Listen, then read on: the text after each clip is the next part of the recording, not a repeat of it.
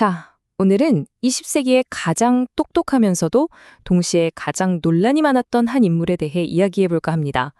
바로 빌렐름 라이히인데요. 빌렐름 라이히와 오르곤 에너지 과학이라는 책을 바탕으로 그의 정말 놀라운 이론 속으로 한번 깊숙이 들어가 보죠. 정신과 의사가 날씨를 바꾼다. 이거 완전 SF 영화 같은 이야기 아니에요? 근데요, 이게 지그문트 프로이트의 한 제자한테는요, 그냥 헛소리가 아니었어요.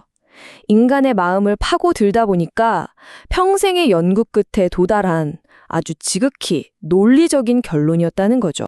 그의 주장이 워낙 엄청나서 이걸 제대로 이해하려면 그 생각의 흐름을 좀 따라가 봐야 합니다.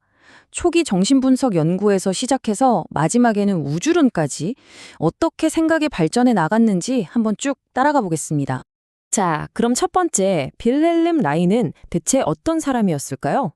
프로이트의 수제자에서 어떻게 과학계의 이단아가 되었는지, 그는 심지어 자신의 연구를 50년 동안 봉인해달라는 유언을 남겼어요. 미래 세대는 자기를 이해해 줄 거라고 믿었던 거죠. 그의 인생을 보면 정말 극적입니다. 정신분석학계의 중심에 있던 인물이 완전히 외톨이가 되어버렸으니까요. 그를 이렇게 만든 건 다름 아닌 의학, 생물학, 물리학의 경계를 그냥 막 넘나들었던 그의 끝없는 탐구 정신 때문이었습니다. 자, 그럼 그의 초기 연구부터 한번 들어가 볼까요?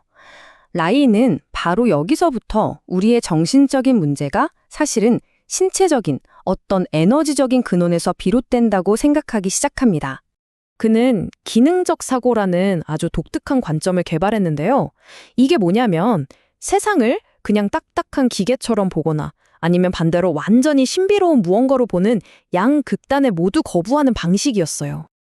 그러니까 핵심은 이거예요. 라이히는 그 중간길을 찾고 싶어 했다는 거. 살아 움직이고 계속 흘러가는 자연의 과정을 그냥 있는 그대로 보자. 이게 그의 목표였던 거죠.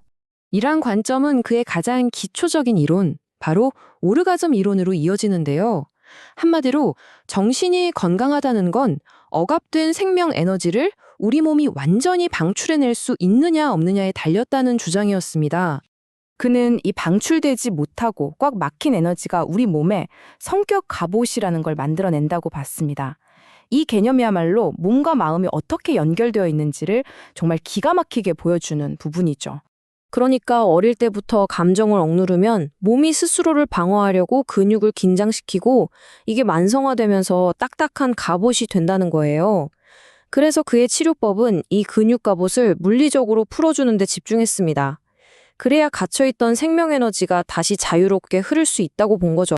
자, 근데 라이히의 생각은 여기서 끝나지 않았어요. 이제 그의 가장 유명하고 또 가장 논란이 많았던 발견으로 넘어가 볼 텐데요. 모든 건 현미경을 들여다보는 아주 작은 일에서 시작됐습니다.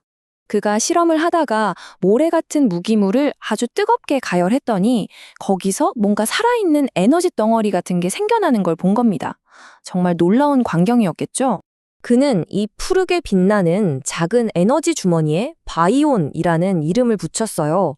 그리고 이게 바로 무생물에서 생물로 넘어가는 그 중간 단계, 즉 생명의 가장 기본적인 구성 요소라고 믿게 됩니다. 그리고 마침내 라이히는 이 바이온 안에 있는 푸른 에너지가 그냥 에너지가 아니라 우주 전체에 퍼져 있는 생명력 그 자체라고 결론을 내립니다. 그리고 여기에 오르곤 에너지라는 이름을 붙인 거죠. 자, 눈에 보이고 만질 수 있는 에너지를 발견했다고 믿었으니까 라이히의 다음 단계는 뭘까요? 당연히 그걸 한번 실용적으로 써먹어 보는 거였겠죠. 그래서 그의 연구는 정말 급진적인 세 가지 장치를 만들어내게 됩니다. 바로 오르곤 축적기, 클라우드 버스터, 그리고 오라누르 실험이죠. 특히 이 오라누르 실험이 문제였는데요. 오르곤이 방사능을 이길 수 있을까? 이걸 보려고 핵물질을 오르곤 안에 넣었는데 결과는 끔찍했습니다. 연구자들이 전부 아프고 생명에너지가 오히려 생명을 파괴하는 어두운 에너지로 변해버린 거예요. 그는 이 부정적인 힘을 죽음의 오르곤, 줄여서 도르, DOR이라고 불렀습니다. 이 에너지는 생명력을 갉아먹고 질병과 사막화를 일으키는 정체된 에너지라고 믿었죠. 그래서 그가 내놓은 해결책이 바로 이 클라우드 버스터입니다. 하늘에서 이 나쁜 에너지, 도루를 쫙 빨아내면 다시 신선한 오르곤이 들어와서 메마른 땅에 비를 내리게 할 수 있다. 이렇게 주장했던 장치였죠. 라이는 여기서 한 걸음 더 나아갑니다. 이 에너지 개념을 개인의 몸을 넘어서 사회 전체, 인류 역사에 적용하기 시작한 거예요. 그러면서 아주 근본적인 질문을 던지죠. 인류는 왜 이렇게 스스로를 파괴하는가? 이 질문에 대한 그의 답이 바로 정서적 전염병이라는 개념입니다. 이게 뭐냐면 자기 안의 생명력이 갑옷에 갇혀서 병든 사람들이 오히려 건강하고 자유로운 생명력을 가진 다른 사람들을 보면 본능적으로 공격하고 파괴하려 든다는 거예요. 그는 역사 속에서 예수를 십자가에 못 박거나 마녀 사냥을 했던 사건들이 바로 이 정서적 전염병의 증거라고 주장했습니다. 병든 사회가 자기를 치유해 줄 수 있는 구원자를 먼저 죽여버리고 나중에 가서야 그를 숭배한다는 거죠. 결국 이 모든 연구를 관통하는 핵심은 단 하나입니다.